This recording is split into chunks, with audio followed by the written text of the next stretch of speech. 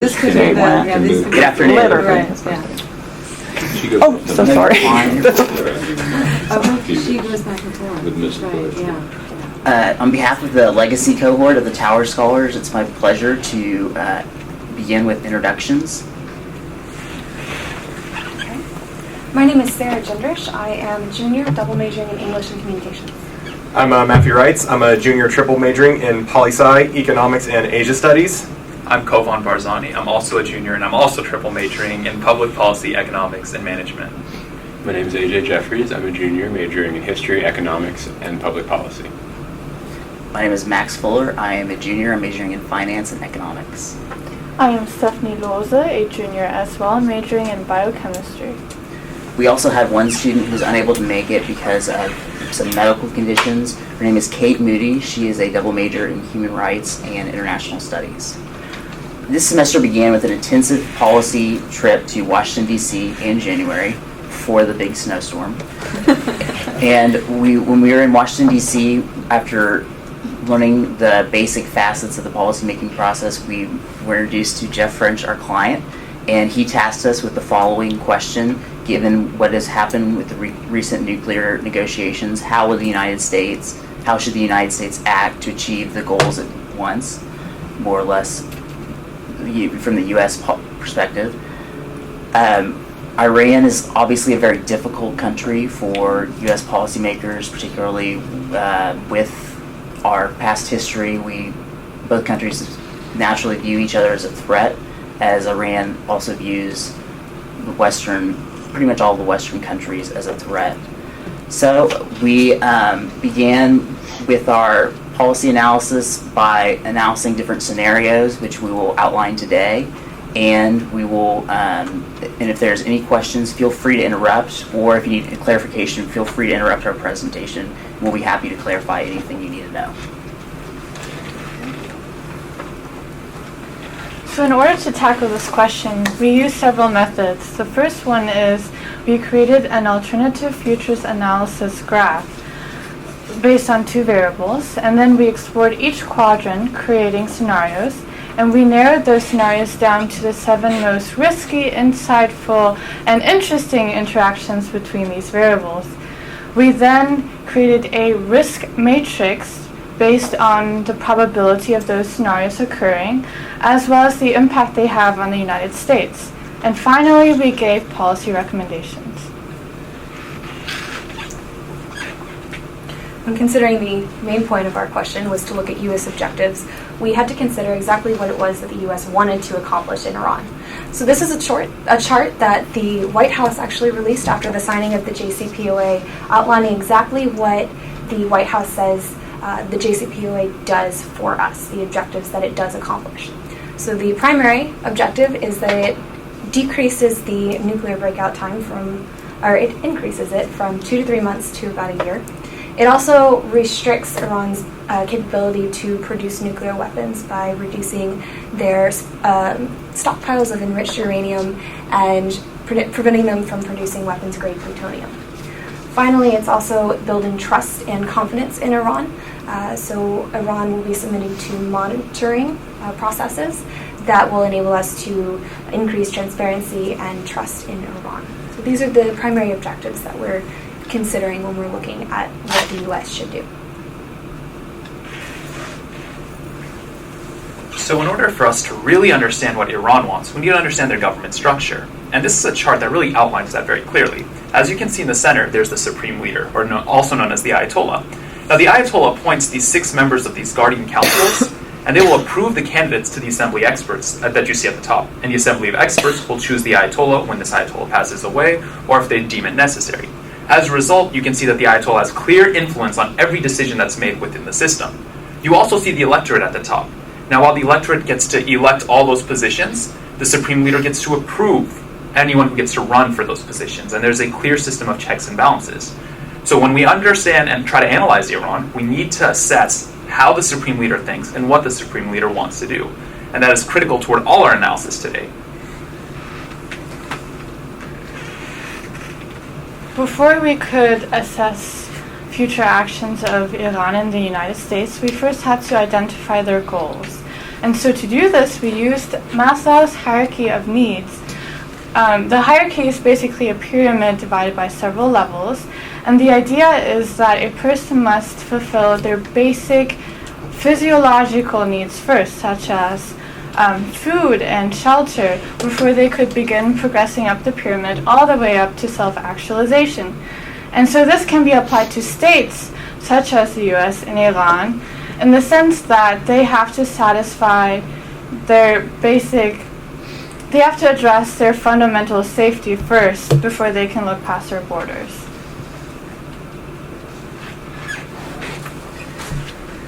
So we began with a hierarchy of needs for the Islamic Republic of Iran. We have at the bottom is the fundamental goals for Iran, which is stability and security. Iran needs to have stability and security in its country because the government is very wary of any kind of revolution or internal dissent, as we saw in 2009 with the Green Revolution. Following that, the Shia Islamic rule. Iran is the natural country for Shia Muslims to look toward, as Saudi Arabia is for Sunnis, and Iran wants to keep their influence. They want to keep this power. Obviously, with the holy cities of Qom, they want to be revered by Shia Americans all over the world. This is a divide we have that, depending on whether conservatives in Iran or the moderates in Iran are in power. With the moderates in power, we'd assume that their goal, as they claim, is economic growth, which is one of the reasons why the moderates swept to power a few years ago in the elections, because economic growth was a primary concern for the Iranian people. With conservatives in power, as we've seen with the Iran nuclear deal, they really don't want to engage with the West at all. They want to continue to oppose the United States, oppose Israel, and they want to spread the regional Shia influence through their funding of the proxy groups, Hezbollah, Hamas, and other Shia organizations in other Middle Eastern countries. Finally, they desire regional hegemony. They want to overpower Israel. Obviously, with Syria, they have a stake with Bashar al-Assad in power and the Alawites, and in Yemen with the Houthi rebels, the Shia-aligned Houthi rebels, up against the government that is backed by Saudi Arabia, with whose president is currently in exile in Riyadh. Finally, they would like to spread the revolution. The Iranian people, or the leaders of Iran, view themselves as liberators for Shias all throughout the world, who they believe are oppressed, particularly in Persian Gulf nations such as Saudi Arabia. They see the Shia minorities being oppressed people, and they would like to export their revolution. And you can see this through their funding of their proxy groups such as Hezbollah and Hamas with Lebanon and Israel. Finally, the least important or the least vital thing for Iran to have is to be a global power.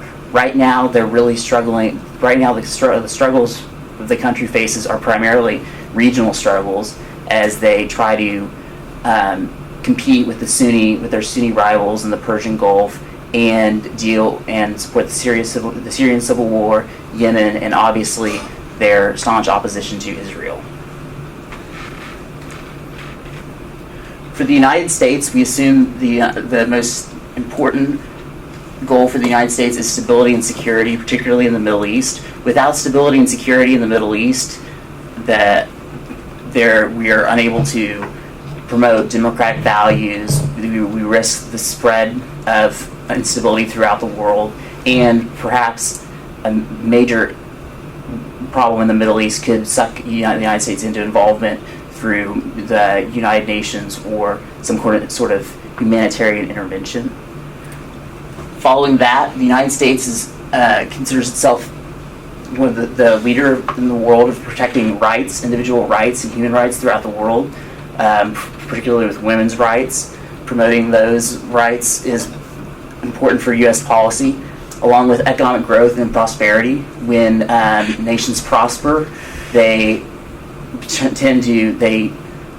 are better for the whole world because they're able to engage in the global economy and their people are lifted, their living conditions for their people improve, etc.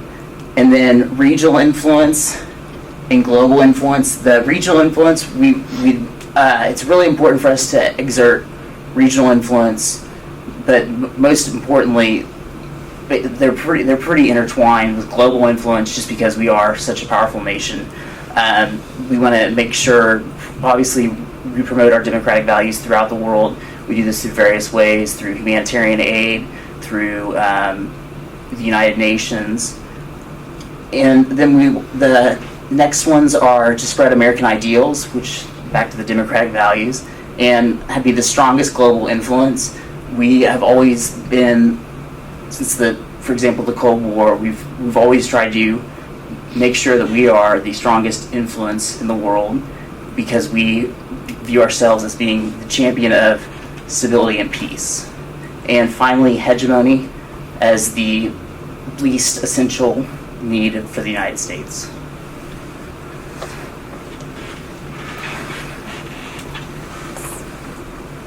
When we were considering the different scenarios that we may or may not be facing in the United States, we had to look at certain assumptions. But rather than have to qualify every single assumption for every single scenario, we came up with several key assumptions that are overshadowing every one of our scenarios. So those key assumptions are pretty important, because it was a lot easier than, as I was saying, having to go through and qualify for every scenario. They're split up into two different parts. So we're looking at domestic assumptions and foreign assumptions. Domestically, we looked at how Iran is, up to the point of the scenarios, complying with the JCPOA. In addition, the supreme leader is still in power, the one that is here today and alive. And additionally, that Iran is highly valuing economic wealth and power. The foreign assumptions focus more on the foreign states that are investing in Iran. So we're assuming that there are states that are investing and trading with Iran, and that those states also have an interest in keeping Iran from getting nuclear weapons. And considering the U.S. and their objectives, we of course are assuming that we have a primary interest in preserving peace and stability in the United States. Now, it is important to note that if any scenarios do defy these assumptions, that's addressed in the scenario. But as a whole, this is what we are considering. And it wouldn't be the Iran nuclear deal without the JCPOA. It is otherwise known as the Joint Comprehensive Plan of Action. As you've seen, it was signed several months ago. And it was between the 5 permanent members of the United Nations Security Council and Germany.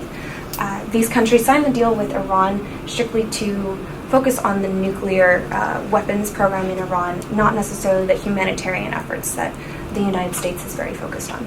So this deal does two different things. It restricts Iran's nuclear program, and in return, Iran receives more economic ability in the region and abroad. So within the conditions that Iran has to follow, we considered all of them, but I can assure you it's a very big document, so I don't want to go through all 150 pages of it. So we really looked at the restrictions that were placed on the nuclear program. So the restrictions on the actual sites, the materials that were used, centrifuges are limited, enriched uranium is limited, and other materials that are used to make those nuclear weapons. And with that, Iran is also subject to monitoring, as I was talking about earlier. So the monitoring will occur frequently over the 10-year period of the JCPOA, but it will grow less frequent as time goes on. In return, Iran will receive the lifting of sanctions. So sanctions that have been on their trade abilities and their assets have been lifted, so they are now able to trade and their assets are unfrozen. With that, those are the conditions of the JCPOA that we're looking at that will most influence the actions that Iran may or may not take. And now that we've gotten through all the background and the prior research that we had to do before we could craft our alternative futures analysis, we can finally start to present our findings. So first, an alternative futures analysis is a tool that intelligence agencies or other government agencies use to try to figure out what will happen in the future with a set of events or an issue. So it's used a lot in terms of defending the United States against terrorism. But we actually had to apply it to the Iran nuclear deal. And in doing so, we had to figure out what two variables we thought were the most important for Iran's compliance to the JCPOA. And so we selected economic prosperity on the x-axis and regional influence on the y-axis. Economic prosperity seemed a very logical choice because their economic needs were what drew Iran to the bargaining table in the first place. If they had not been in dire economic straits, they would not have been willing to sacrifice their nuclear ambitions. And so if they feel that, on the one hand, they're not receiving the types of economic benefits that they expected from the JCPOA, they might be more willing to defy the terms of the JCPOA. But on the other hand, if they do feel that they are getting everything they bargained for and their economy is truly prospering, then they'll be more willing to hold true to the terms of the JCPOA. On the y-axis, we looked at regional influence, because regional influence is very central to Iran's core as a nation. As Max explained, Iran is very committed to spreading Shia influence throughout the Middle East and spreading the ideals of their revolution. And so if they feel that their regional influence is ebbing, they might be willing to take these sort of drastic measures that pursuing a nuclear weapon would be to reassert themselves as a dominant nation.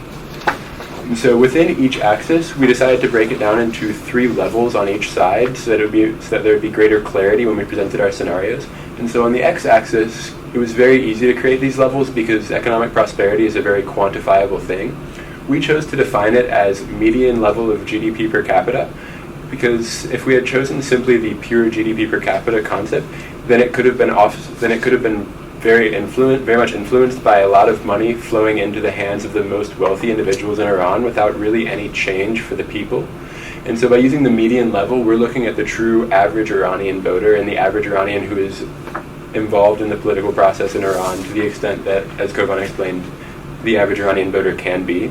And so on the positive side of the x-axis, we looked at mild economic growth, which we defined as 0 to 2% growth in GDP per capita, in median GDP per capita, my apologies. Moderate economic growth, which we defined as 2 to 5% growth in median GDP per capita, and an economic powerhouse status when their economy is growing at greater than 5% GDP per capita, in median GDP per capita. On the negative side, we applied those exact same numbers, 0 to 2%, 2 to 5%, and 5% or more, to the levels of economic contraction, recession, and depression.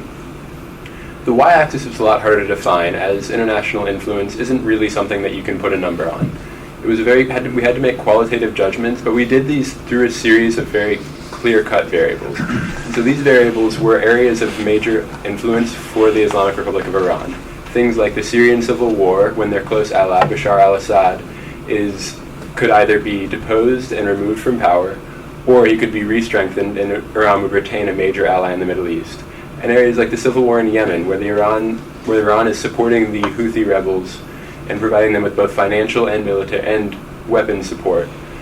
And so then beyond that, there were a lot of smaller things like funding to Hezbollah and Hamas, or the supremacy of the Shias in Iraq, that also came into these decisions. And so we looked at each of those in every scenario and to try to decide where exactly on the y-axis our scenarios would fall.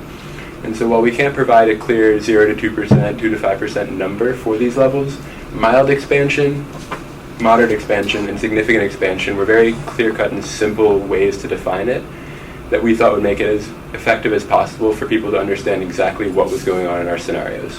On the negative side, we applied those exact same standards to a decline. So it's mild decline, moderate decline, and a significant decline.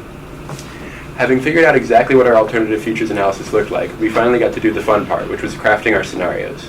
These scenarios were created when we looked at the axes and saw areas that we thought were both very feasible and could lead to interesting, important Iranian actions. And once we had placed them somewhere, we had to figure out exactly what was going on in each scenario. And so now we will each present the scenario that we worked on individually, starting with my colleague Stephanie Loza. Thank you, AJ. As already mentioned, my scenario is in quadrant 1, or the double plus region of the AFA graph. And this is where Iran is experiencing incredible economic growth and expansion of influence in the region. And so this is based largely on 2 factors, but one internal and one external. Regarding the internal, the major factor is that Iran was successful at accomplishing what its leadership refers to as an economy of resistance. And this is basically a knowledge-based economy that focuses on the private sector and is developing the infrastructure as well as trying to attain a self-sufficient system of capital flow. And with this strong economy, Iran is in a position to expand its influence in the region and impact the countries both politically and financially, as well as export its revolution to the moderate Shiites and try to make them adhere more to the ideologic and religious principles of Iran. And on the external side, Iran is now able to establish trade relationships with countries not only in its region, but also outside, such as France, Germany, China, and Russia. And so with this, Iran is more integrated into the world economy and community. In regards to the JCPOA, this is a double-edged sword. On one side, it is harder for sanctions to be reapplied for Iran because countries have already established a relationship with it. And so those countries would not be as willing to give up that economic profits. On the other side, Iran is less likely to violate the JCPOA because it has already experienced a world where its economy is growing significantly without the burdens caused by the sanctions.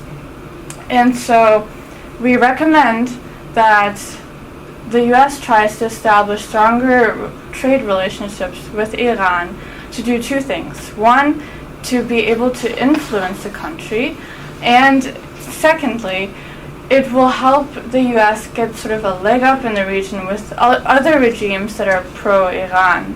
And this will help ensure that Iran stays non-nuclear in the future.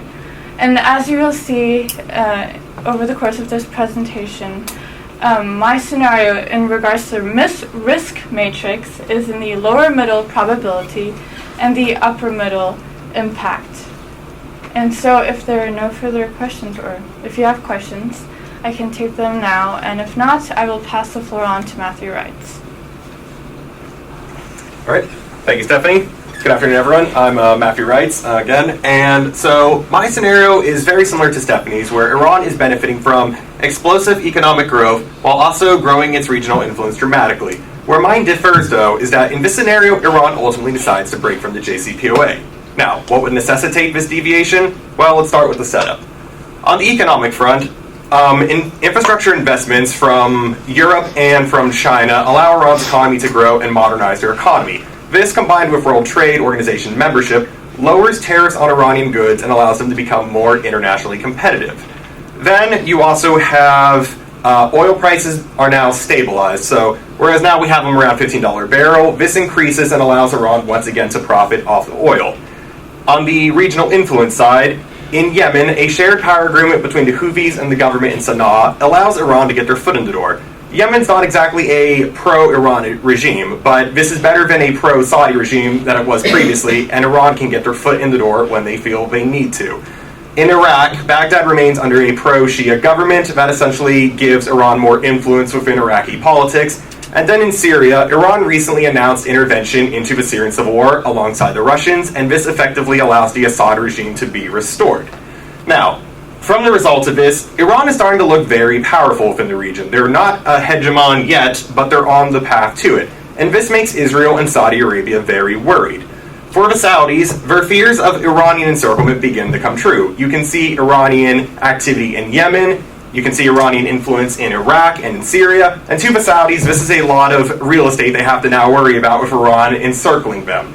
On the Israeli side, while the moderates are able to succeed with the JCPOA, the Revolutionary Guards are still wanting to export their ideology. And in this sense, they intensify the amount of funding they give to Hamas and Hezbollah, who in turn intensify the proxy war with Israel. Israel naturally sees its security threatened by the activities from Hamas and Hezbollah, and from both the Saudis and the Israelis, you see an intensification of an arms race and in rhetoric. On the Iranian side, seeing their security now coming under threat, they begin to hedge on the JCPOA. What I mean by this is they're not going to outright seek to weaponize and create a nuclear bomb overnight or very rapidly, but they're going to commit gradual violations to achieve nuclear breakout capacity. What I mean by this is Iran is going to undertake covert research in order to master the nuclear fuel cycle and in order to increase their centrifuge technology in order to be more advanced. That way, when the JCPOA does expire, they can get a jump start on building towards nuclear breakout capacity. Now, also, Iran is presently developing new missiles that are in violation of the UN Security Council resolutions. You have the Shahab-4, which is a intercontinental ballistic missile that would enable Iran to strike Jerusalem, and you also have the Ghadr 110, which is a medium-range ballistic missile. These two missiles, combined with nuclear breakout capacity, essentially create the idea that Iran could achieve a nuclear first strike against its neighbors if they felt complied to, which creates a deterrence against Iran's opponents.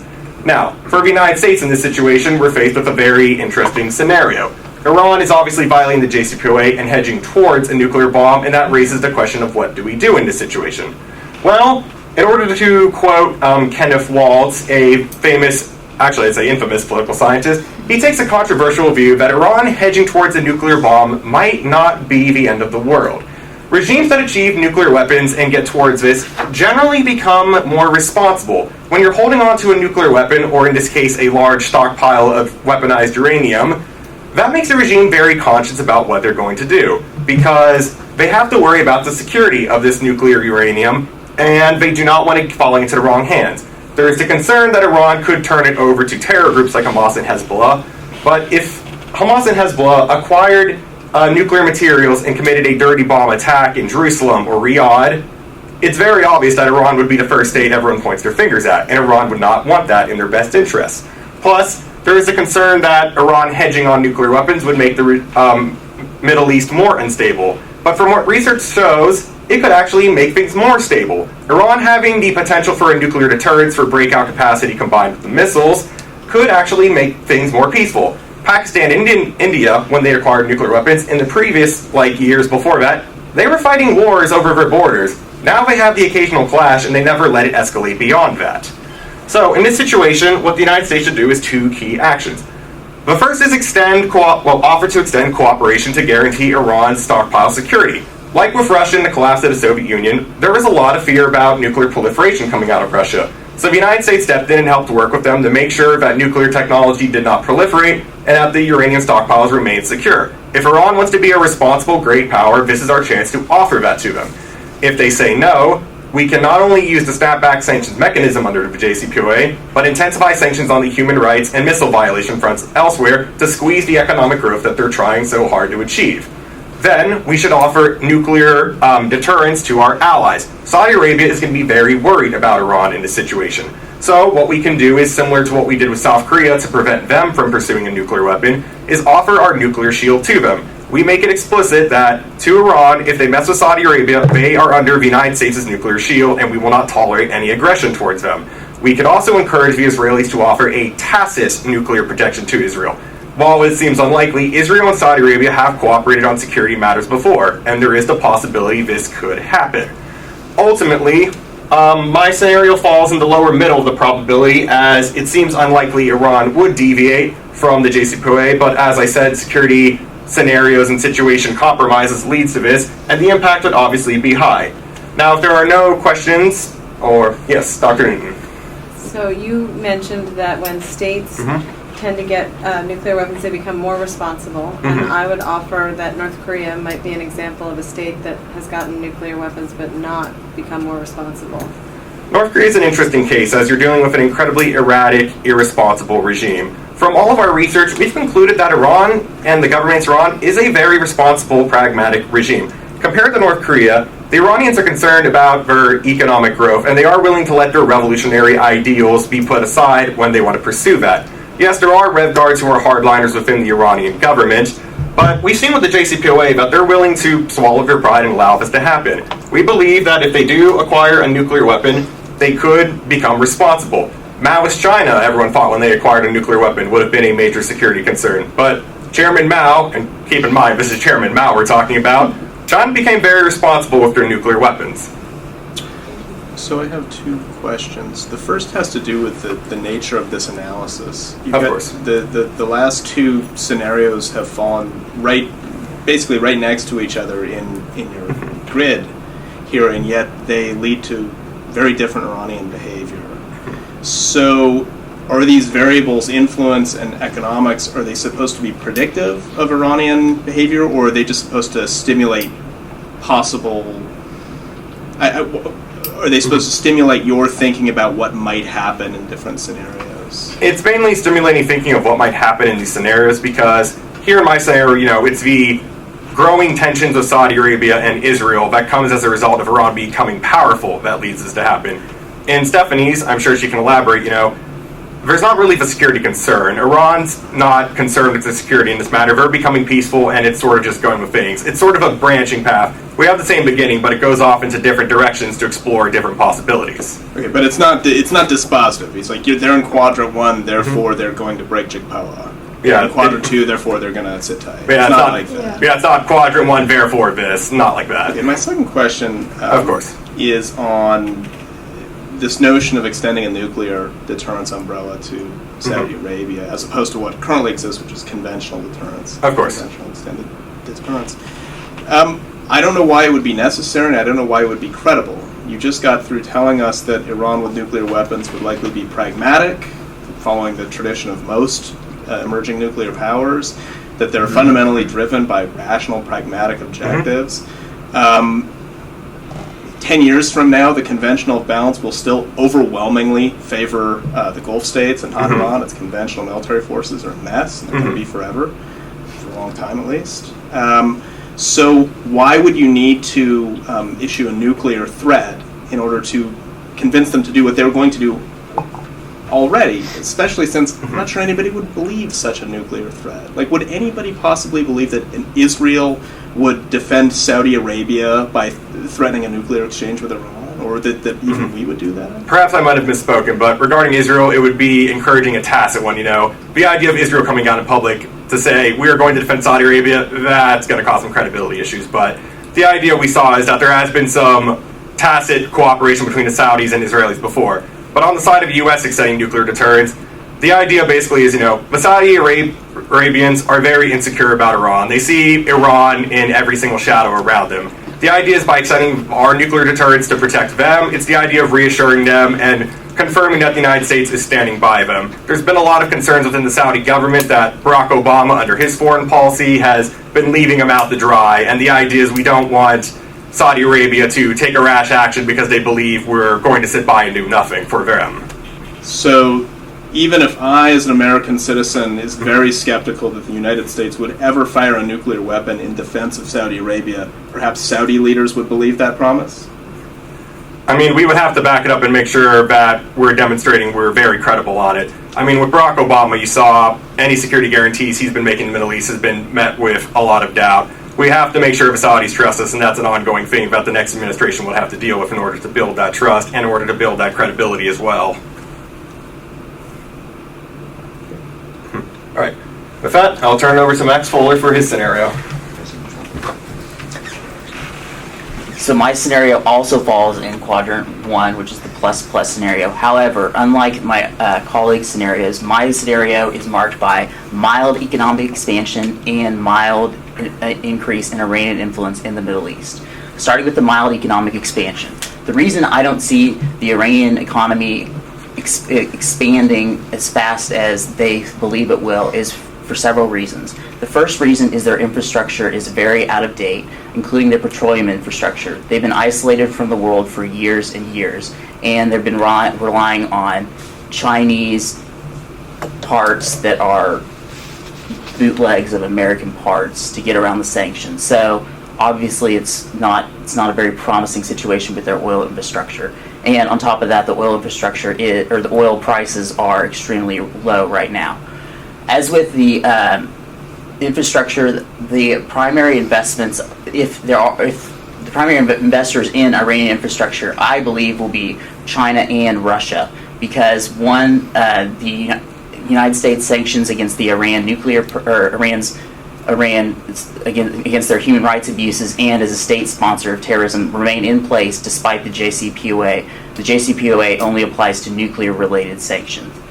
So that leaves the United States not going to make any significant, can't make any significant investments other than, I guess, Boeing maybe be able to sell some airplanes. And then Iran also views the United States and the West in general with suspicion. They don't trust the West. They feel like the West has some sinister, a hidden agenda. So, ironically, they'll turn to the Russians and the Chinese. And the Chinese infrastructure investments in Iran won't be that helpful because for several reasons.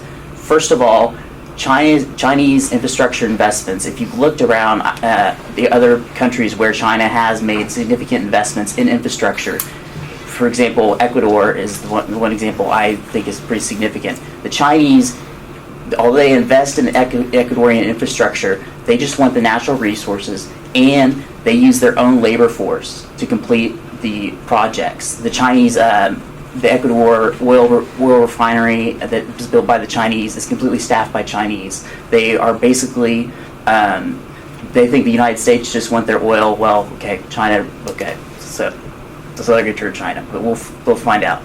And the Chinese, so that it's really not going to provide much of an economic benefit in terms of the unemployment in Iran and the immediate boost in the economy, because even if they are employing, which they probably will employ some Iranians, it'll be menial jobs that won't meet the qualifications. There'll still be mismatch between the qualifications of the Iranians, who tend to be educated, and the jobs being offered by Chinese. With the Russians, I'd see the Russian investments being hampered by the sanctions against Russia over their invasion of the Ukraine and the low oil prices. Russia, primarily, and Iran, their cooperation has been primarily through nuclear technology, such as the Bushehr reactor, and military capabilities, so developing weapon systems, as Matthew said, and airplanes, military capabilities. However, the Russians really, it depends on the Russian domestic issues, but the Russian and Chinese economy, for that matter, are slowing down extremely, especially with the low oil prices in Russia, and as we've seen in China, sort of a bubble that has been formed. The other issue that I see with the infrastructure investments with the Chinese is the Chinese engineering isn't very. It's not very good. Made in China isn't exactly a wonderful thing, and I see the Chinese. Even if the Chinese go in and build infrastructure, they tend to cut so many corners that it won't be very. It will not be the best infrastructure they can have. So Iran is really limited by these being forced to turn to China and Russia. Really limits Iran. On top of the infrastructure, Iran has several other domestic issues. The most prominent is Iran drug addiction. Iran has the highest level of drug addiction in the world. Of the 73 million Iranians, roughly 6 million are considered drug addicts, and they are addicted to heroin from Afghanistan and methamphetamine. Iran imports more Sudafed than any other country in the world, which is the precursor to methamphetamine, and they even have classes where you can learn how to make meth at home. It sounds like something they'd have in Oklahoma, where I'm from, but that's it. They have in Iran. They do. They do. Now, with the Iranian influence, I see the Iranian influence only progressing very slightly, because the Iranians are already. There is not much further they can go, because they are starting to come up against their Gulf adversaries, and there's not much more they can do. The two countries where Iran's influence will increase, I believe, are Syria and Lebanon. Lebanon, Saudi Arabia has just announced they're halting all their foreign aid to the Lebanese government that they have been providing. And with Iran having access to billions of their previously frozen assets, I would assume that they would send some of that money to Hezbollah, who they have not only helped found but continue to support financially. In Syria, the Russians have announced we don't know for sure, but they are they consider their mission has been accomplished and are slowly pulling out their troops and their weapons out of Syria because they believe they've been successful in pushing back ISIS, as they claim, but the rebels against the Assad government. In the Gulf states where Iran has influence with the Shia minority populations, I think the most significant one would be Bahrain, because it's a Shia majority country. However, it's led by a Sunni monarchy. As we saw in the Arab Spring, when the Shia majority rose up against the Sunni monarchy, it was a really violent result, with many of the peaceful Shia protesters being killed and jailed, and there are still several of them that have disappeared completely. So I think any sort of uprising like that would be crushed pretty quickly by the Sunni, particularly with the Bahrain, the Saudis supporting the leaders of Bahrain. My recommendations for the United States is, it depends on how the United States sees the Iranian influence as being a stabilizing or a problematic influence in the region. If the United States does want to influence Iranian behavior, it will not be able to do it unilaterally. The only way the United States will be able to have influence on Iranian behavior is through working with other P5+1 nations, presumably Russia and China. While this may be difficult, the United States still has some leverage over the situation.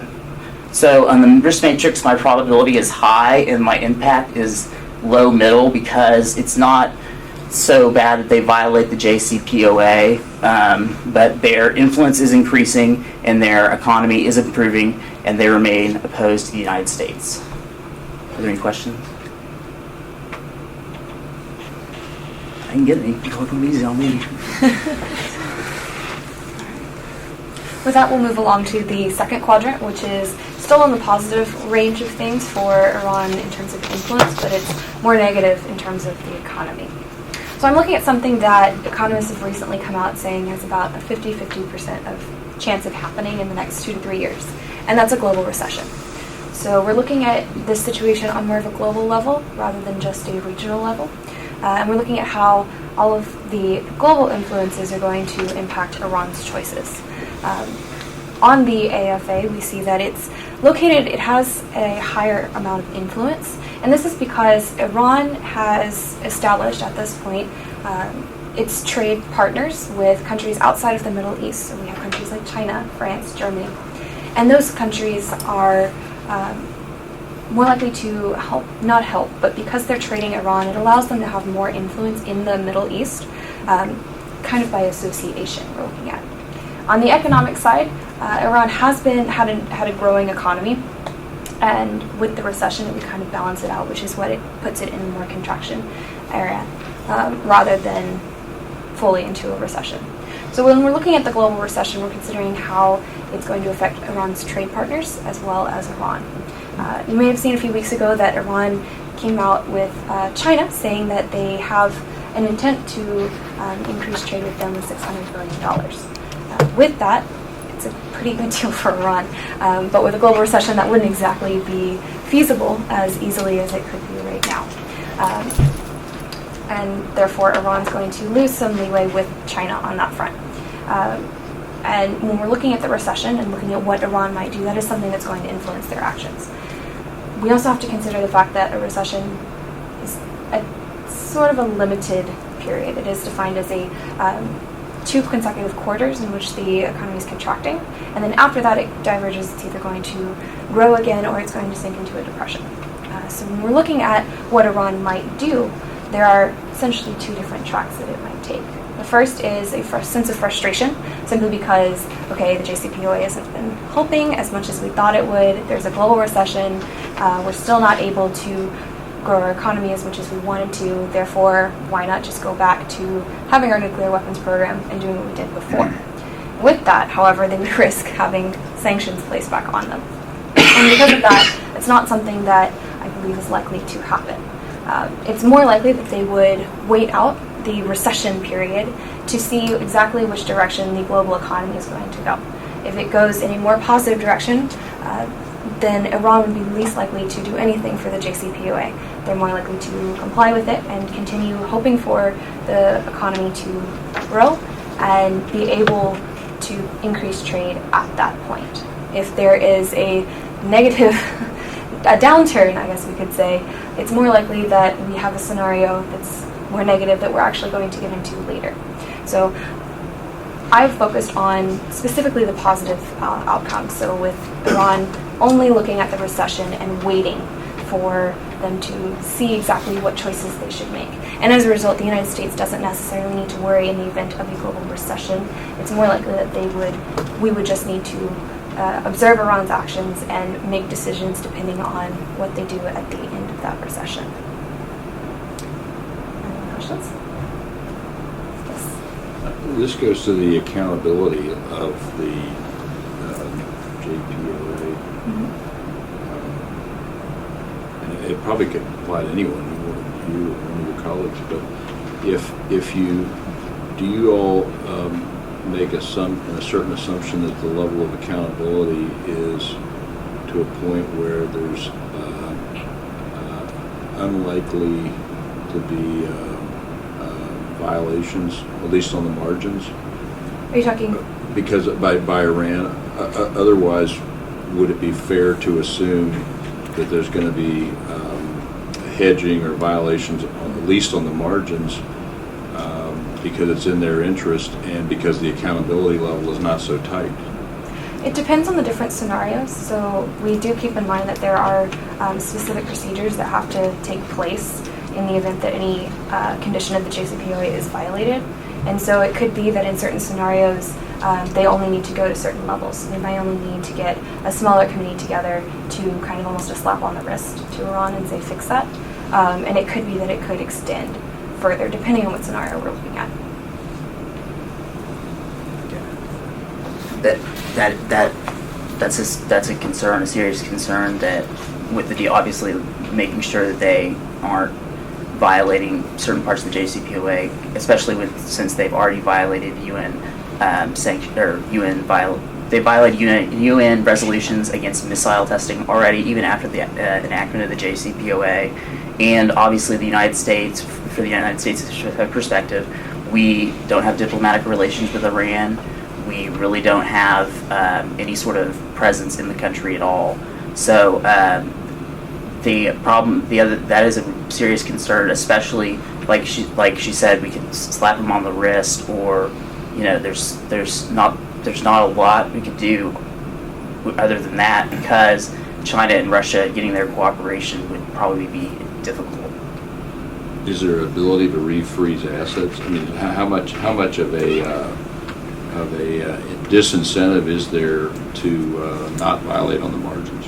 So that's where the specific provisions of the JCPOA come in. There's actually a provision that is called the snapback sanctions provision, where in the event of an Iranian violation, regardless of severity, any country that is party to the JCPOA has the capacity to call together a council of sorts that will then make a ruling on whether or not Iran has violated the JCPOA.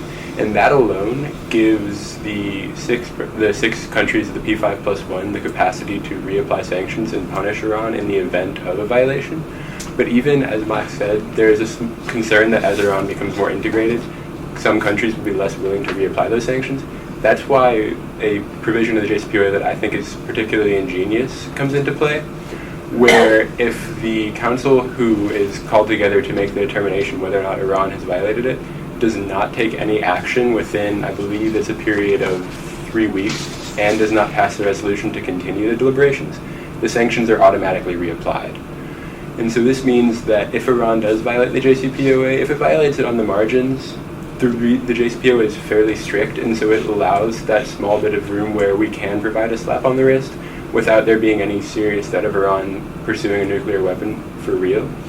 But at the point when they start to become a genuine threat, sanctions can be reapplied, not necessarily unilaterally, but with the support of a portion of the P5+1 countries, even if there are some who have benefited so much from trade with Iran that they're unwilling to formally reapply them. They can go through this back door of the snapback sanctions function that makes it possible to still punish Iran for any serious violations. Okay, so let's follow that snapback or the clawback type notion. Is it have punch or does it have teeth? Yes. Because will these assets, these so-called assets, be positioned by Iran to not be frozen effectively again? So it would be almost impossible for Iran to position them in a way that they couldn't be frozen again, because to do so they would have to put all of them within the Iranian banking system and in Iranian currency, and that's, in this current day and age, would make trade fairly difficult for them, because to trade things have to flow between different countries and different currencies. And so with Iran, there would still be assets outstanding, but in addition to that, these sanctions included aren't simply these assets that have been unfrozen, but Iran's freedom to trade with some of the most important economic powers in the world. And so losing that ability would be very harmful to Iran's economy, as we saw in the past 3 or 4 years that brought them to this negotiating table in the first place. And so while in a couple of these scenarios, we do consider the possibility that Iran would be willing to say, all right, this is not worth it anymore, we are willing to lose all these benefits that we're receiving, as you'll see in a few scenarios with Koblenz, and as Sarah contended with, then decided to dismiss the possibility of, it would be near catastrophic to have the full force of these nuclear-related sanctions placed back on Iran. Something to add to that also, the Iranians, even under the JCPOA, they're prohibited from using the U.S. banking system and conducting transactions in U.S. dollars. So the Iranians have actually complained that they aren't getting the economic benefit because of the United States' existing sanctions, particularly with not being able to conduct transactions in U.S. dollars and conduct business with these multinational banks that have U.S. presence. The reason that it would seem unlikely for them to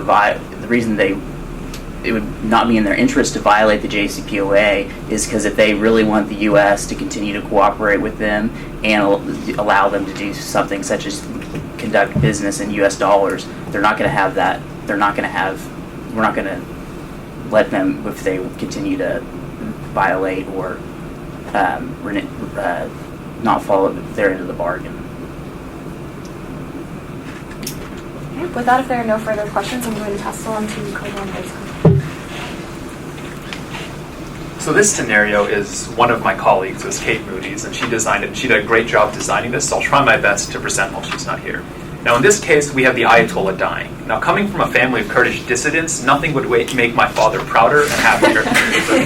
But with that being said, I'll set that aside and I'll explain essentially what happens. Now, if the Ayatollah were to die, we go back to that government structure and the assembly of experts has to decide who is the new Ayatollah. Now, we came up with 3 different possibilities. The first is that they go back and they elect a principalist, someone who is true to the Iranian Revolution and the core values there. Now, if this were to occur, you could assume a lot of the same that's going on right now with Ayatollah Khamenei to continue. Furthermore, you can also assume that the JCPOA won't be the first thing on the minds of the Iranians. When your supreme leader and your leader who has been there for decades is dead, not the first thing that comes up is, hey, we need to fix that nuclear deal. The second thing that could happen is that a centrist gets in power. Now this centrist would be more toward the lines of the middle, and you'd see more of the status quo. And not only would you see more of the status quo, you'd probably be seeing more willingness to cooperate. Now finally, and the least likely thing that could happen, is that a reformist gets in charge. Now, we recently saw that the Iranians had their parliamentary elections, and it swayed very differently. You had a lot of provinces going and voting for more reformists, and the split is a lot more even. But the Council of Elders remained very conservative. And what happened, this is because the Ayatollah's ability to essentially approve and disapprove those members.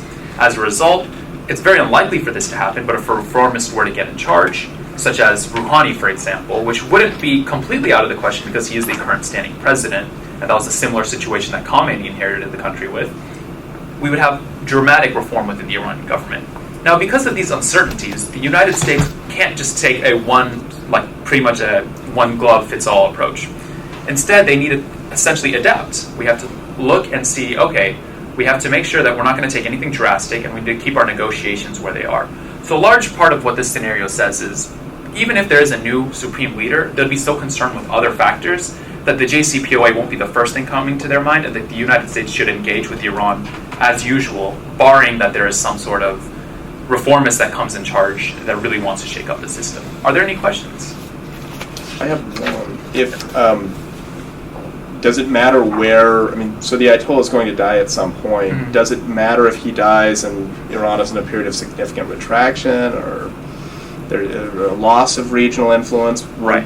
Would there be any scenario in which he dies and we do anything other than to prepare to adapt to a new supreme leader? We'll actually get to that I'll kind of hint on that. So in my scenario that I'm going to present later, essentially what happens is Iran is in a very bad economic position and their influence is down. So you would assume that reformists wouldn't have a lot of power within the Iranian government, and this would lead to more dramatic action.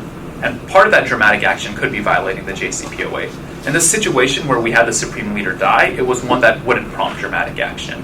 But you are correct, the supreme leader could die in a plethora of different places, and the situation behind it could prompt extremely a variety of different actions. So as long as if he dies and the leadership struggle produces somebody who's very aggressive, for instance, would that would change the U.S. response? Right. And that's why we say that it has to be adaptable to the new supreme leader.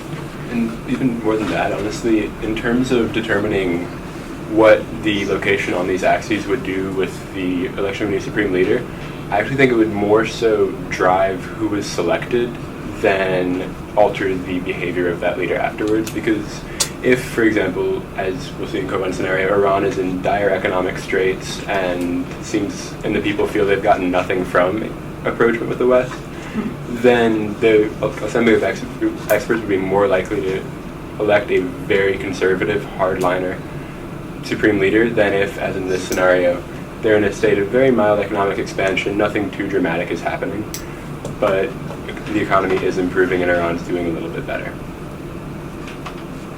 There are no further questions. I was going to also say, obviously Ayatollah Khomeini isn't a friend of the United States. He's sort of been the foil for Rouhani, who's wanted to open up with the world, and he's sort of wanting to stay, hands off. He still calls us first the United States as the Great Satan. So I think that as the older generation, particularly Ayatollah Khomeini, members of his generation die off, for example, if he were to die, it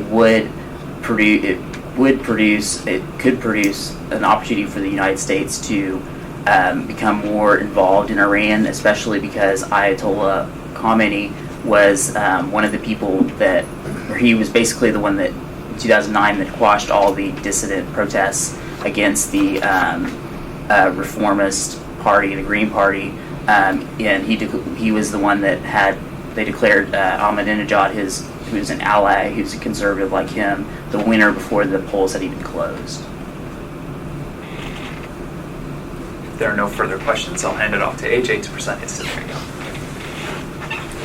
So my scenario also falls within quadrant 4, which is positive economic growth with a decline in Iranian influence. But in mine, I consider that most of the significant economic expansion is coming from the trade deals that the current President Rouhani, has signed very quickly since the passage of the JCPOA. And so, for example, Iran has actually developed a reasonably impressive automotive industry, and so President Rouhani quickly went to Italy and signed a deal to produce cars in Iran. And they have deals like the one Sarah mentioned with China that they plan to increase trade to 600 billion. And so all of these improvements in their foreign investment are an extraordinary positive for the Iranian economy, and it begins to grow explosively. And from that point, we get to the central feature of my scenario, in which the reformists, the party of President Rouhani, who are focused primarily on economic growth, are absolutely ascendant. This happens because, as we've seen in countries across the world, individuals vote with their wallets. That is the most important issue, and once the Iranian people are reaping these extraordinary benefits from a closer relationship with both the West and the East, and from the removal of sanctions, they're going to want to support the party that made that possible, and in doing so, they will empower the reformists even further. At this point, there's kind of two reactions the principalists, who would still have Ayatollah Khomeini in this scenario, and who would still have control the Revolutionary Guard, can take. The first would be to quash the people's hopes and go against the will of the people. In this case, I actually do not think that's particularly likely because, as Max mentioned, in 2009, when the principalists in power chose to defy the will of the people and declare President Ahmadinejad elect the, again, president of Iran before polls had even closed. The people rose up in what was called the Green Revolution, and while it was quashed, it was a very worrying moment for a regime that is absolutely terrified of public insurrection and public unrest. So in this case, with the people even more fervently in support of the Reformist Party, Supreme Leader Khamenei would be forced to essentially let President Rouhani and let the reformists have a greater deal of control over Iran, and this is where their decline in influence would come from. So what would happen would be that as Iran's economy grew, the Middle Eastern nations who oppose Iran, nations like Saudi Arabia, Israel, and other members of the Gulf Cooperation Council, which is a primarily Sunni Arab group, would increase their involvement in areas like Yemen and areas like Syria to push against a growth in Iranian influence. And the Reformist Party would have to choose between creating a spectacularly unstable Middle East by pouring further resources to oppose them and essentially escalating the civil wars in Syria and Yemen, or simply letting these areas of influence decline and focusing on their economic growth. In this case, I believe that they would focus on economic growth because that is what the Reformist Party stands for and believes in. And so from that point, the U.S. would see a scenario in which everything is shaking out almost as perfectly as we could possibly imagine, where a party that is more focused on ideals that we can understand is in power in Iran. And as such, they should not take any action, as the only way they could really improve on this would be for Iran's government structure to change. And as we saw both in Iraq and when we deposed Mohammad Mossadegh in Iran in, I believe, 1953, that does not end well for the United States when we attempt to meddle with the governments of foreign nations. However, from this point of not needing to take action, I think there's actually a step further that can be taken with a truly ascendant reformist party. So as Max explained, Iran is currently not allowed to trade in US dollars, which for almost all major economic transactions and any major trade, there is what's called the dollar U-turn, where whether or not it's between the United States and a country or between two other nations, it takes a turn through the American banking system and uses US dollars. Losing this capacity to trade in US dollars, Iran's ability to trade would be weakened and they wouldn't be able to reap these full benefits of international integration. And so in this case, they would be forced to choose between funding the terrorist organizations Hezbollah and Hamas, which is what caused this US banking sanction to be placed on them in the first place, or having the opportunity to trade in US dollars and to become even more integrated with the global economy. And I believe that if they were to choose to allow the funding of terrorism to decline and let that go in favor of even further economic growth, the US should immediately leap on this opportunity and take it as a chance to drop these sanctions, as Iran would have ceased the activity that created them in the first place, and form a far closer relationship with Iran. This would primarily be an economic relationship, which would provide two benefits to the U.S. One is obvious. Iran is one of the world's largest economies and is the largest economy outside of the World Trade Organization, and could become an enormous investment opportunity for the U.S. and improve our economy through trade with them. The second builds on a combination of two major political theories. One is that as nations become more globalized and become more integrated into the global economy and this globalized world that we live in, they also become more democratized simply by almost a sense of osmosis with all of these other nations around them who are democracies.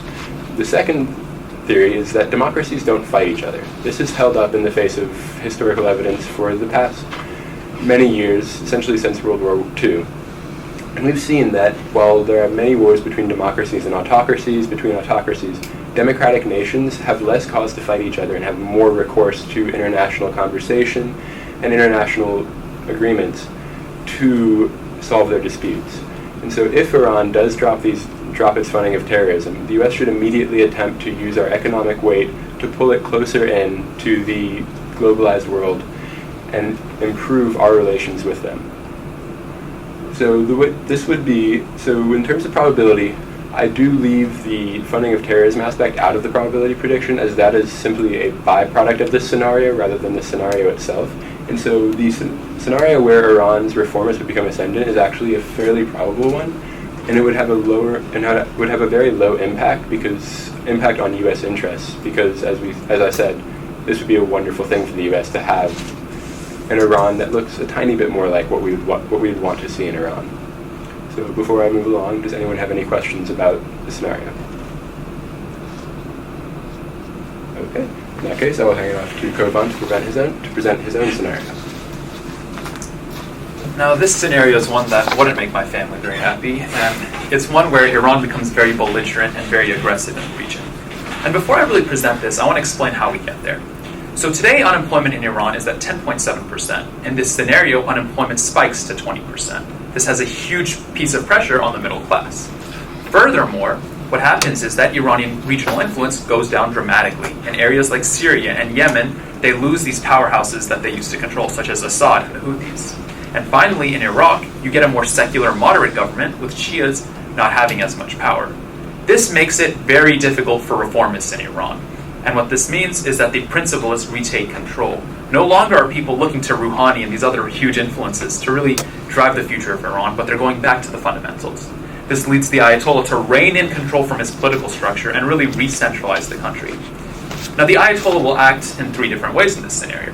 The first is that they will instantly release a religious fatwa, which is a religious doctrine within Shia or any form of Islam saying that you must take a certain action. And this fatwa will list to Shia clerics around the world to essentially go up and revolt against the states that they're currently in. So in nations such as Iraq, you have a cleric like Muqtada al-Sadr, who is very prominent, coming up and protesting and essentially coming up in arms with his people against the Iraqi government. The second thing would be that they'd break the JCPOA. They'd start proliferating. This would not only be a huge move for them, but it'd also be a statement to the West, saying that we tried your policies, we tried cooperation, it did not work. And that's another huge component. And the final and third component is simply the increase in rhetoric and the lack of democratization within Iran. So you'd have a lot less free speech, a lot less freedoms, and a lot more reeling in within the state. And this puts the U.S. in a very difficult position. What do you do when Iran all of a sudden has the aspirations of someone like North Korea or Iraq in the 90s? And as a result, the U.S. is given some very undesirable choices to an undesirable action. And essentially the options that I laid down was the first and the most critical was to take a multilateral approach. And this means we need to cooperate with nations in the region, such as Turkey, such as Iraq, such as Saudi Arabia. And we need to ensure that they're all on board to understand that, hey, this is what Iran's doing now, and we need to be careful and not take this unilaterally. Furthermore, this multilateral approach is not restricted just to the Middle East, but to countries all around the world, such as Russia and China, which might be opposed at first, but again, a very aggressive Iran may not bode well for either of those states, as they both have Muslim populations that are dissident within their own country. The second thing that the U.S. needs to do is increase the sanctions. So we discussed the snapback sanctions earlier, and these would come back in full force. And this is, again, to replace that economic pressure.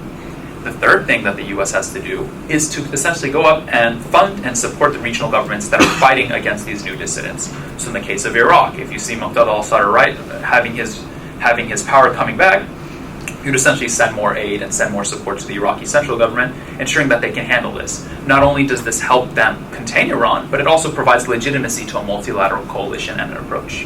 And as a result, we get a kind of like a playing ground and a table to negotiate with the Iranians.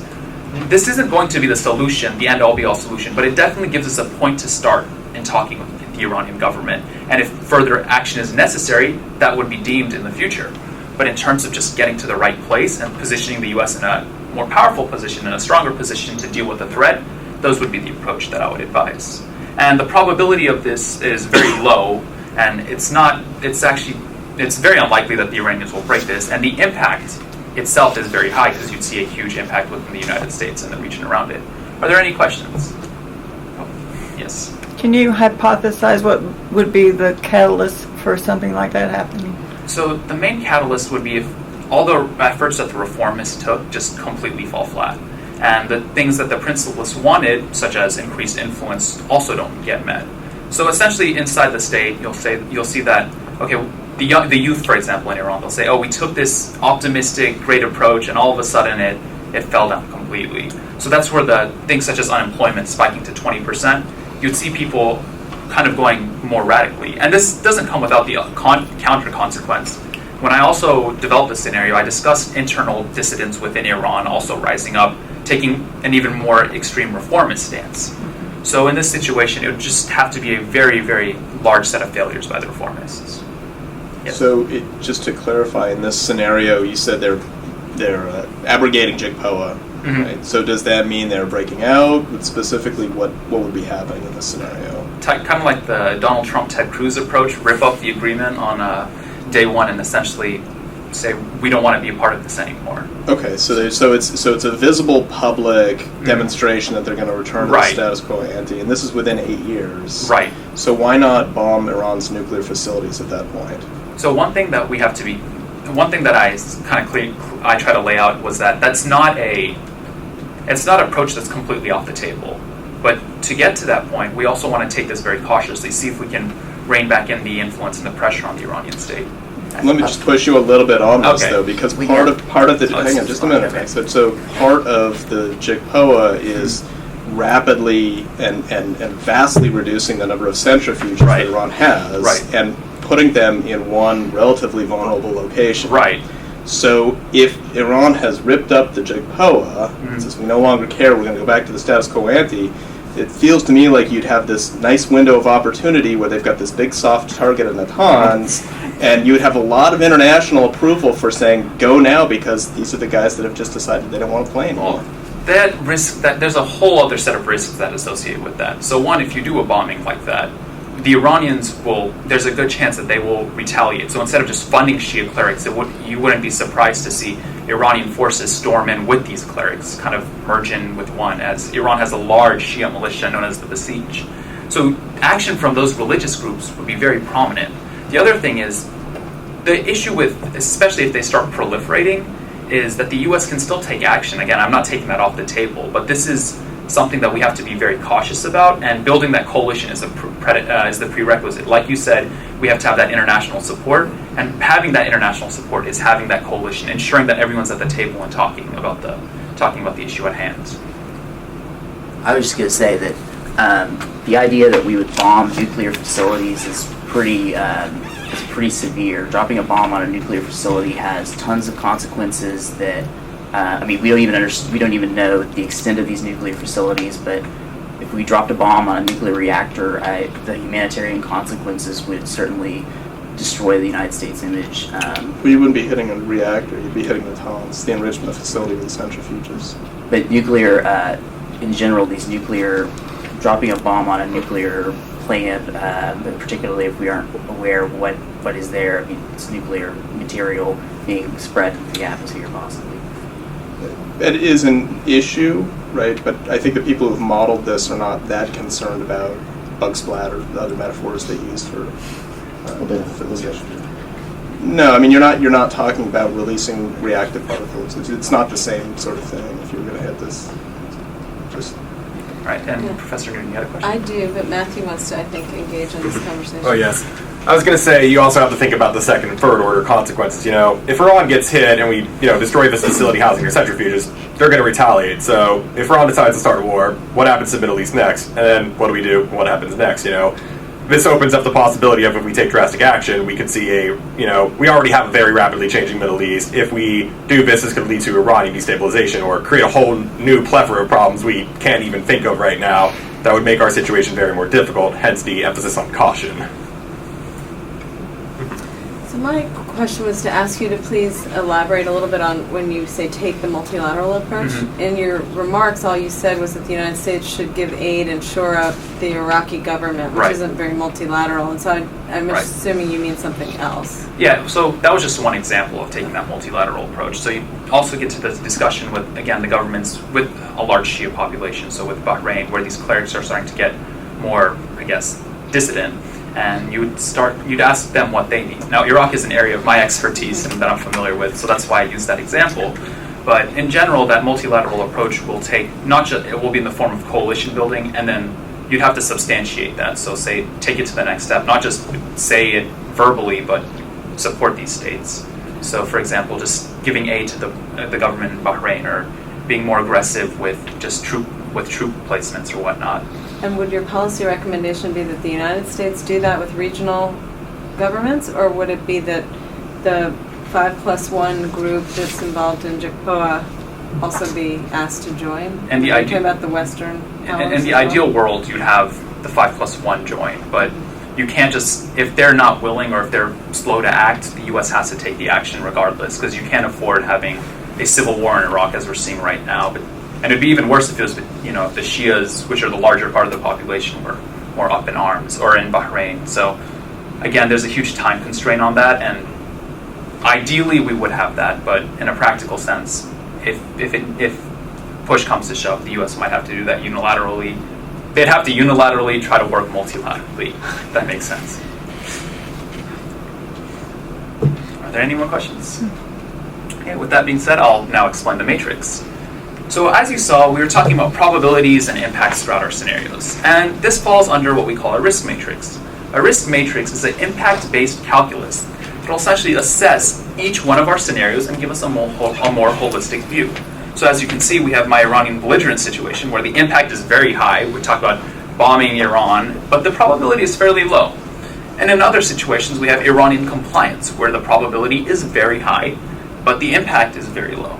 So as a result, we have a whole plethora of problems that have risen, and basically a holistic view to look at this. Now, what this matrix does is it allows for us to look at everything in the big picture. So we talk about Iran hedging and the U.S. having to kind of live with the Iranian nuclear proliferation.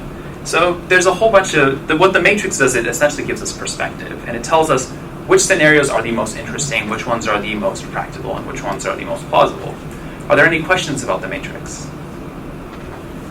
Not the movie. With that being said, I'll hand it over to Matthew to conclude. So today, we've looked at a variety of different scenarios we've constructed. On the probable side, we looked at Max Fuller's, I have this flipped backwards from an alternate universe. On the most impactful side, we looked at Kovans, where we have an increasingly belligerent Iran, and we have to consider military action. On the flip side, we have scenarios like Max Fuller's, where Iran is very compliant with the JCPOA, and we do not have to take drastic action, and we can just sort of roll things. The recurring theme we see throughout our matrix, or our alternate features analysis, is that the United States largely doesn't have to take any immediate action. There's not really a sense of drasticness that we have to undertake when dealing with Iran. For those of you who've read Jeffrey Goldberg's article in The Atlantic, he talks about the need for the United States to consider second and third order consequences. When dealing with Iran, we have to be cautious. We can't just go in and try to be more stern. We have to approach this very, very slow. We have to truly know the regime. We have to know the state. We have to be careful because we're dealing with the Middle East, and it's going through a very rapidly changing society and demographics and such right now that were the United States to take bold action, it could destabilize things even further. So with that, I will now turn over the floor to questions for anyone about our scenarios, the AFA, anything. So this is a terrific presentation, thank you very much. A general question, given your conclusion that no immediate action would be necessary in any scenario, it strikes me that the basic conclusion that you've come up with is that stability is the ultimate U.S. objective in the region. And that even if Iran is in blatant and public violation of the nuclear deal, we shouldn't move too quickly. We should take our time and deliberate. I'm not saying that you're wrong about that. I just want to make clear: is that your general policy prescription that U.S. strategy towards Iran 8 to 10 years from now should be to prefer stability over proliferation? I believe AJ wanted to respond. Yeah, so first let me clarify. So these scenarios aren't all necessarily 8 to 10 years from now. They're along the spectrum within this 8-year time horizon of a potential 2-term next president.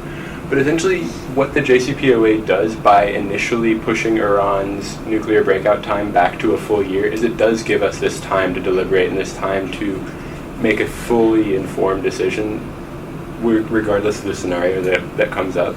And so seeing as if in an alternate universe we did face a world where Iran was 2 weeks from a nuclear weapon and we had to make a snap decision about what would prevent nuclear warfare, then this would be a very different presentation. But given that we do have this time to deliberate and this time to come together and, as in Kovan's scenario, put together a multilateral coalition and, as in Matthew's scenario, find a way to work with Iran, we think that it's possible to preserve regional stability and still address any Iranian action without any drastic consequences. So even if we take this window and try to rally a multinational group to respond to Iran's decision to abrogate JCPOA, Iran keeps rebuilding centrifuges, keeps spinning those centrifuges, keep rebuilding its enriched uranium stockpile, and then they get enough where they can go nuclear quickly if they so desire. At that point, we're in deterrence land and we just learn to live with it. So at that point, if Matthew, do you want to take this since you really looked at what happens when we look at Iran with a nuclear weapon? I can say that. Well, the point I mainly wanted to bring up is Ayatollah Khomeini actually stated nuclear weapons are banned under Islam. They might just want the amount of breakout capacity plus the missile technology just to sort of say, if we have to do it, we will. If you threaten us too much, we will. But, the statement, the fatwa he issued saying that nuclear weapons are forbidden against Islam, Ayatollah Khomeini usually doesn't, issue a fatwa unless he means it. This could indicate that Iran will only go as far as breakout capacity unless they feel existentially threatened, as though there is an army on their border or we're about to take drastic military action. We might accidentally end up triggering something if we are too cautious.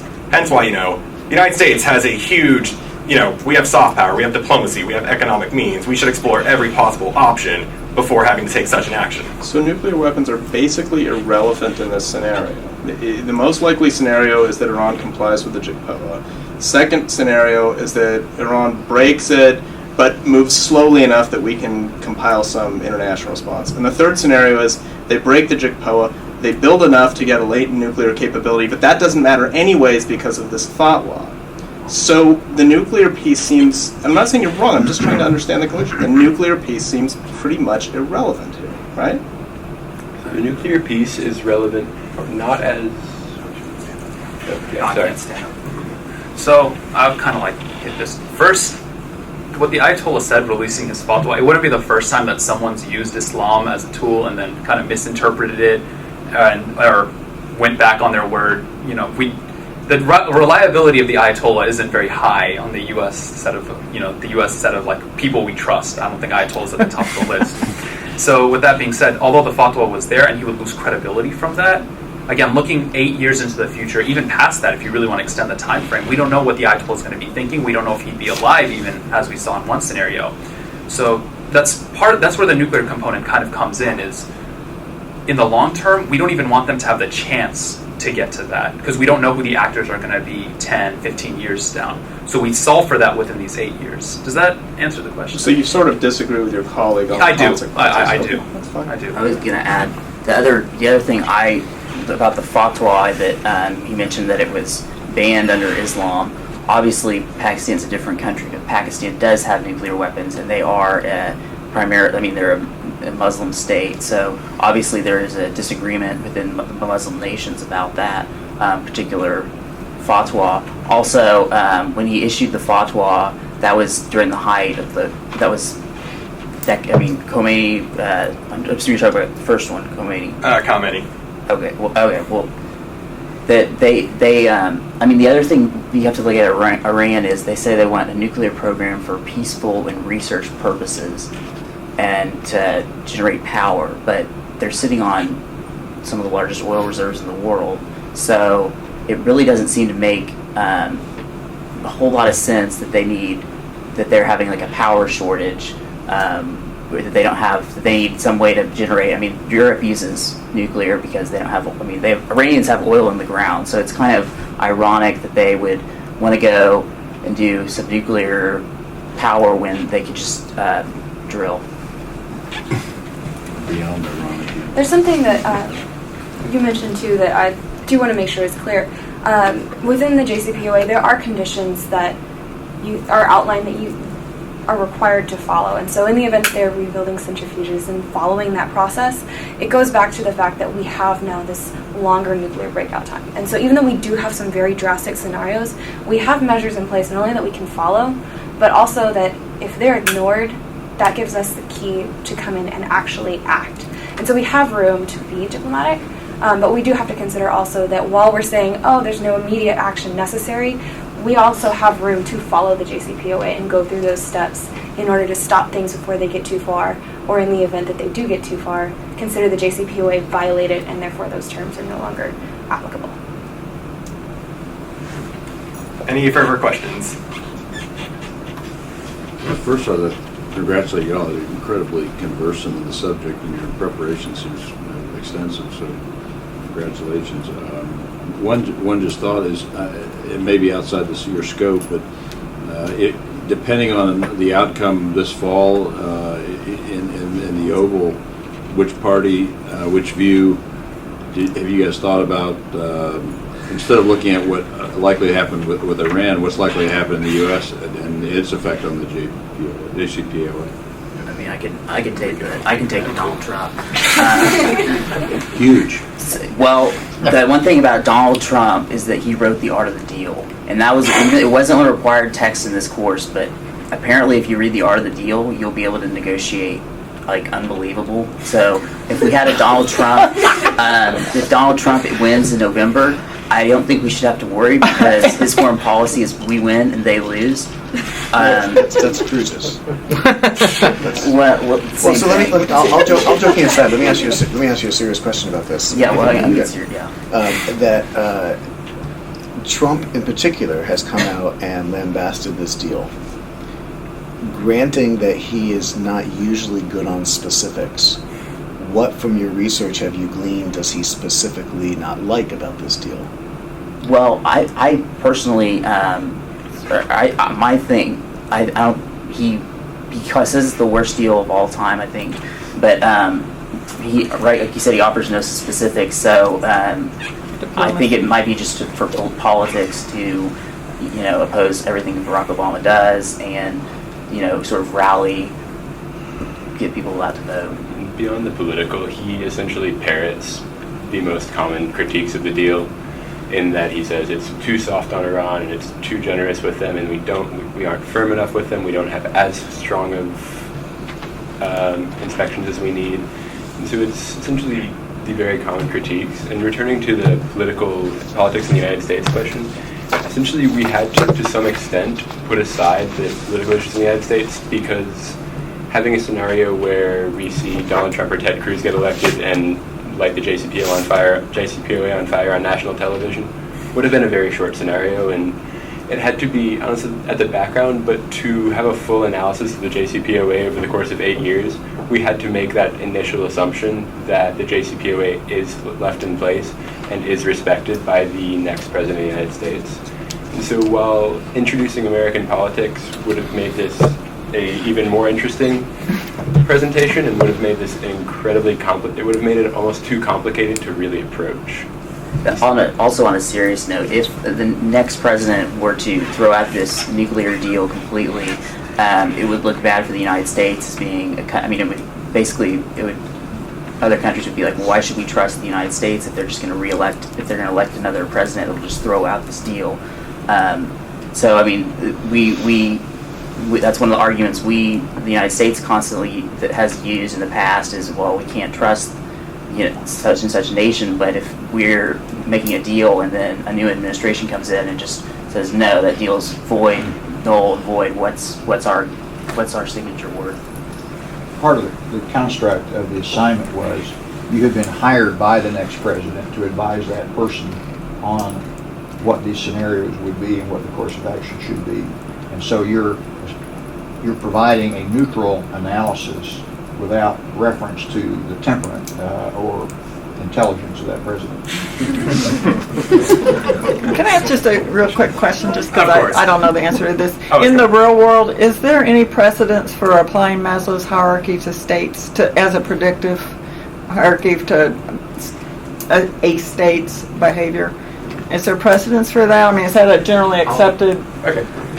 in the real world? One thing that we did was we actually went onto the Navy's. There's a naval document that actually talked about U.S. objectives, and they formed it in the shape of a hierarchy. So we discussed Maslow's in class, and then we decided to move the two together.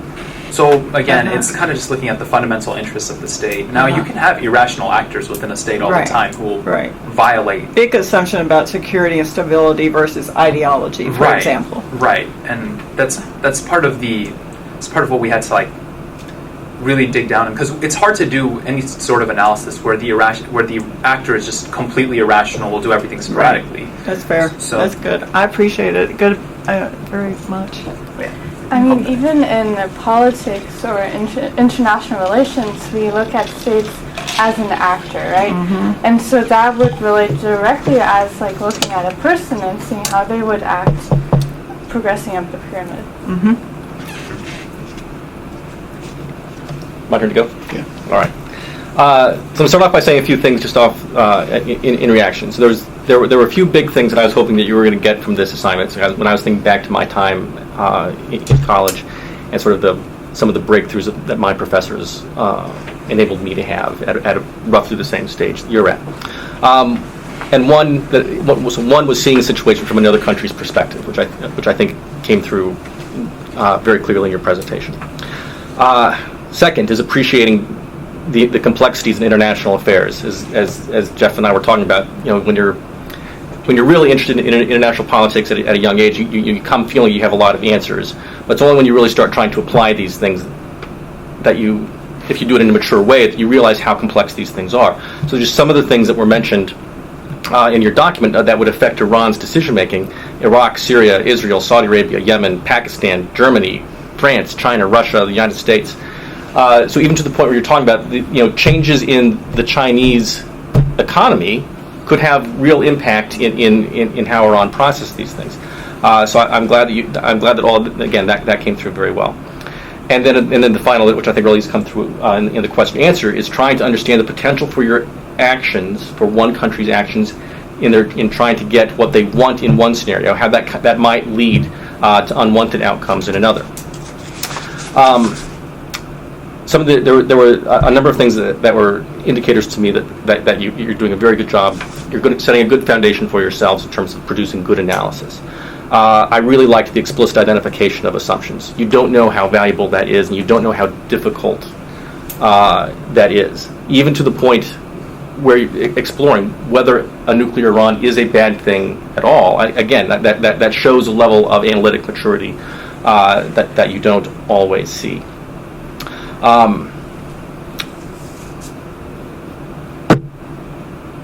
Again, there's a couple assumptions I want to ask you about in just a second. But the other part that, again, I saw a lot of evidence of is that role-playing was key, trying to put yourself in the position of different countries, how they react to different things. That is one of the best ways when you're trying to engage in forecasting, is to engage in that type of behavior. So not just looking at it from the United States point of view, but try to really put yourself in the position of the other regional players and how they're going to react to a couple of things. So with that's going to lead me to the questions, and I've got one on a couple of assumptions that I wanted to ask you about specifically. What is the value of nuclear weapons to Iran? I mean, we all probably have some different answers, but in my assessment, the value of nuclear weapons to Iran is a deterrence component, because the only other nation in the Middle East that has nuclear weapons is Israel, who Iran sees as a major threat and as a mortal enemy. The other powerful country, well, all 5 nations of the UN Security Council, arguably the most powerful countries in the world, all have nuclear weapons.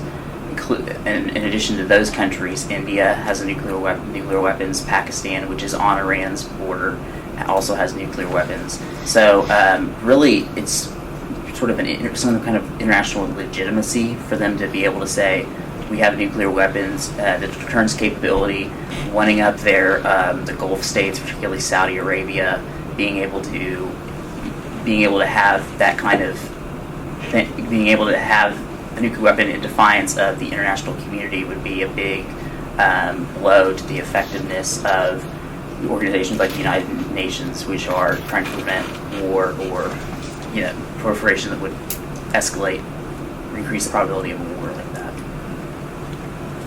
AJ, did you want to add on to that? No, Max actually covered it quite well. It was the substance of our discussion when we talked about what does it mean for Iran to have a nuclear weapon. One thing we also discussed was what Matthew was saying in his scenario, which was, does Iran really want a nuclear weapon, or do they just want to have the ability to get it within that next month? And I personally, after this assignment, I'm more or less in that camp, because I see it, and you look at the legitimacy of the supreme leader, and especially with Shia Muslims all around the world, if you violate a very sacred religious statement, you will lose a lot of legitimacy. And although I don't believe him when he says that, there is still, and he still has the cost-benefit analysis to do himself. And with that cost-benefit analysis, you can see that that loss in legitimacy it could say that, oh, Shias won't even really look up to him anymore. They'll kind of brush him aside till the next one comes along. I think that's something that we have to consider. The other thing is, again, if they do proliferate and they get their weapons, we have Matthew's world where the West is kind of engaging them, and then we have another world where the West does not engage them. And they're very aggressive against Iran. And just as we're trying to view from the U.S. perspective and the Iranian perspective, they would also weigh that into their analysis. And I think that would deter them to go that full extra step, but kind of take that place where Japan is right now and get ready for it. Yes, I think you might have been slightly better served by trying to draw out the specifics of, like, who are they trying to deter? In what situations does that deterrence work? Right. When does a nuclear deterrent get you something that a conventional deterrent or other other deterrent might not? So I'm curious to see, the Islamic State did not really play a large role in your analysis. Is that right? No, it did not. Why not? When you look at the Islamic State now, they're losing territory fast, they're losing money very fast, they're shrinking. We left it ambiguous as to what their ultimate fate is, as they could still be around, pulling off, the occasional terror attack. They could still be a threat in the future, but in the future we did not foresee them being the major threat we thought they were a year ago. We've seen a lot of indicators that they're kind of falling down on themselves. So we left it ambiguous as to whether, they're ultimately gone, because, you can never say with 100% certainty what's going to happen to them. But just based on the indicators we've seen in the news, this is what we assumed. I personally disagree. I do think the Islamic State is a threat, but however, I think the thing about the Islamic State is their rhetoric, although they consider Shias apostates, and they have said that they want to obliterate everybody, but they're sort of attack everyone. For example, the bombing in Ankara was Turkey's Sunni nation. The shootings in Paris and obviously with the Belgium, Brussels, there's still active terror cells that presumably throughout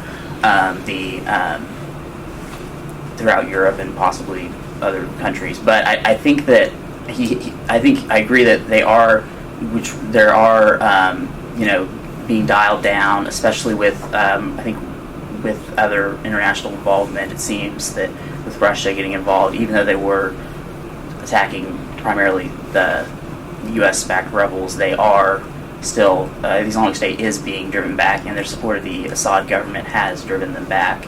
Also in Iraq, there is the U.S. advisors, however, even though some of them apparently are in Syria now, that they are slowly being pushed back. And many of the Islamic State attacks have, in conclusion, many of the Islamic State's attacks, obviously the most significant ones, have not been, none of them have been inside Iran, whereas they've been inside Turkey and France and Belgium, which is something that I think should be considered, that I think it would be easy for them to attack Iran or get someone inside Iran than Belgium, or, well, obviously the refugee, that gets really complicated, but... Yeah, I'm not necessarily arguing that you should have included the Islamic State. They're a particularly difficult group to assess. You don't want to discount the success that they've had in Northern Africa, and that they're expanding into the Asian subcontinent. So I'm not saying. So one, I don't even know if the Islamic State could be deterred even with the nuclear deterrent. So I'm not necessarily arguing that they could, but I was curious to see why you didn't. There was another thing that I caught again in terms of assumptions, only because I was called out on this. In graduate school, I took a class with Ken Edelman, and I was presenting on an Iranian scenario.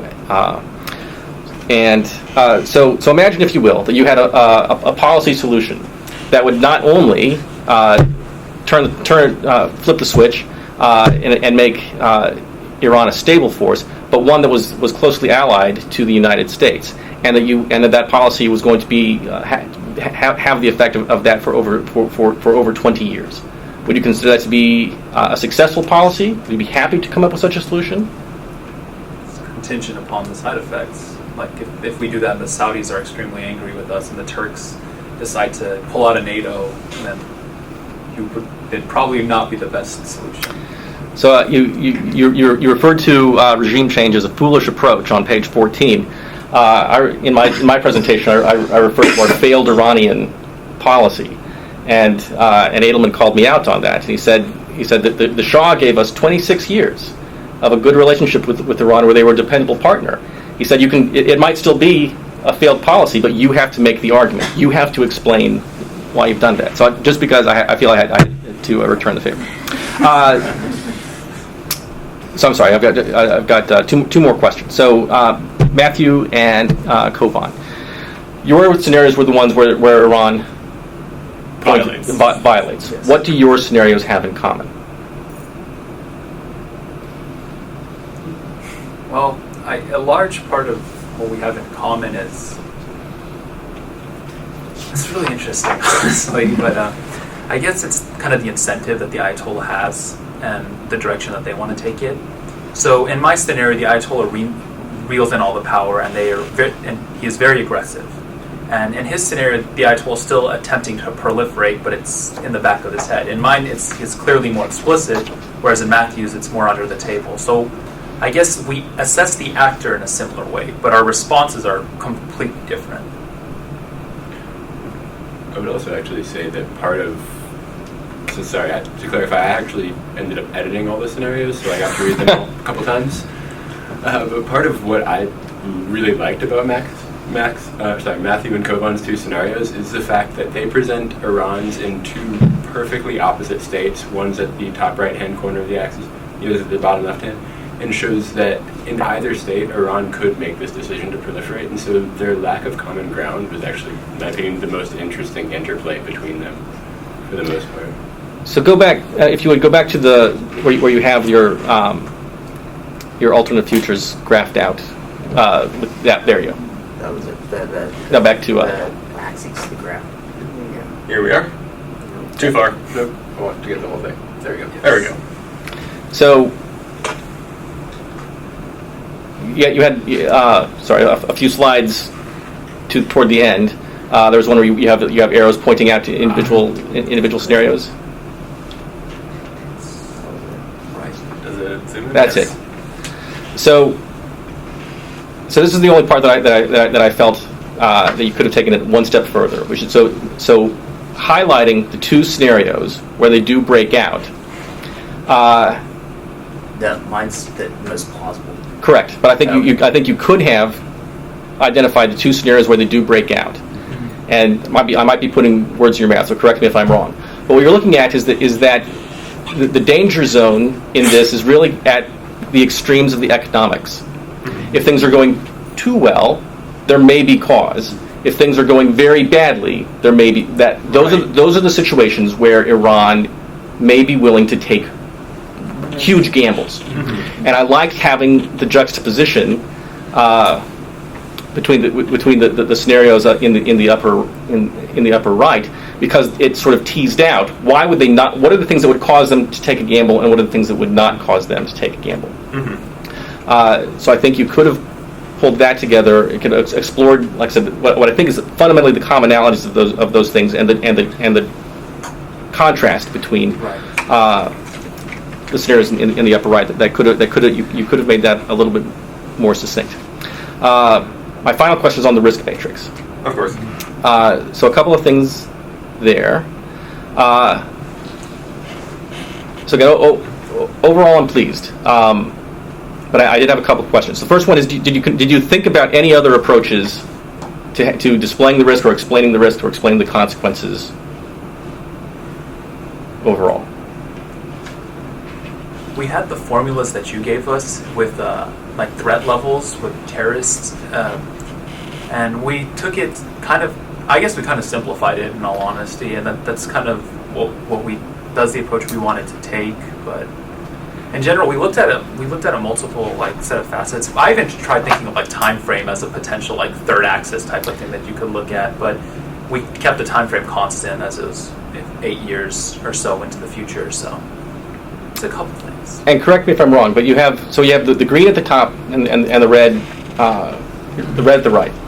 So the right is easy to understand because that's High impact. because that's you're really weighting consequence very heavily there. Mm-hmm. But in the democratic Iran and Iranian compliance, you're calling that green, and it's not solely for negative consequence, right? So the scenario impact level implies that those are all negative consequences, but the two at the top are green. Mm-hmm. You're adding in something else there, aren't you?